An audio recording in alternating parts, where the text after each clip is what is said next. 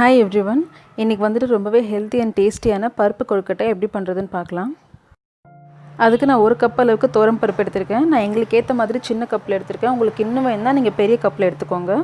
அதை வந்துட்டு ஒரு 3 மணி நேரம் ஊற வைக்கணும். நான் ஆல்ரெடி 3 மணி நேரம் ஊற வச்ச பருப்பு இங்கே இருக்குது பாருங்கள், நல்லா ஊறிருக்கு.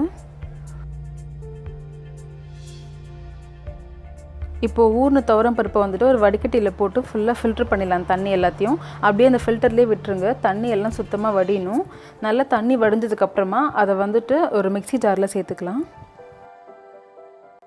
அது கூடவே 1 டீஸ்பூன் அளவுக்கு பொடியாக நறுக்கின இஞ்சி, 3 பச்சை மிளகா, இது எல்லாத்தையும் சேர்த்துட்டு நல்லா வந்துட்டு கொரப்பாக அரைச்சி எடுத்துக்கலாம். நைஸாக அரைச்சிடாதீங்க, கொரப்பாக அரைக்கணும், வடைக்கு அரைக்கிற மாதிரி.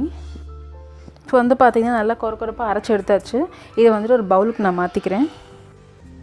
இப்போ அரைச்ச இந்த பருப்பு இருக்கு இல்லையா, இது கூட வந்துட்டு ஒரு 1/4 கப் அளவுக்கு துருவின தேங்காய் சேர்த்துக்கிறேன். அது கூடவே 1 டேபிள் ஸ்பூன் அளவுக்கு மல்லி புதினா இலை பொடியாக நறுக்கிறது சேர்த்துக்கிறேன். அது கூடவே தேவையான அளவுக்கு உப்பு, அவ்வளோதான் இதுக்கு தேவையான பொருள். இப்போ இது எல்லாத்தையும் கையிலே நல்லா கலந்து விட்டுக்கலாம். எல்லாத்தையும் ஒன்றா கலந்து விட்டதுக்கப்புறமா நான் இட்லி பாத்திரத்தில் வந்துட்டு எண்ணெய் தேய்ச்சி வச்சுருக்கேன். அதில் வந்து இந்த மாதிரி இதுலேருந்து மாவை கொஞ்சம் கொஞ்சமாக எடுத்து நல்லா ஓவல் ஷேப்பில் பிடிச்சிக்கலாம். உங்களுக்கு ரவுண்ட் ஷேப் வேணாலும் பிடிச்சிக்கலாம். கொழுக்கட்டை மாதிரி பிடிச்சி அப்படியே இந்த இட்லி பாத்திரத்தில் வச்சுருங்க. இது வந்து ஒரு 10லேருந்து 12 நிமிஷம் வரைக்கும் ஆகும் இது வேகிறதுக்கு. நல்லா 12 நிமிஷம் ஆனதுக்கப்புறமா அடுப்பை ஆஃப் பண்ணிவிட்டு 10 நிமிஷம் கழித்து தான் நீங்கள் அந்த மூடியை திறக்கணும். அப்போ தான் உங்களுக்கு கொழுக்கட்டை வந்து சரியாக வெந்திருக்கும். அது வெந்து அடுப்பை ஆஃப் பண்ண உடனே திறந்துடாதீங்க. நல்லா டேஸ்டி அண்ட் ஹெல்த்தியான பருப்பு கொழுக்கட்டை ரெடி. இது வந்து நீங்கள் தேங்காய் சட்னியோடு சர்வ் பண்ணலாம். ஈஸியான அண்ட் ஹெல்த்தியான கொழுக்கட்டை ரெசிபி கண்டிப்பாக ட்ரை பண்ணி பாருங்கள். தேங்க்ஸ் ஃபார் வாட்சிங்.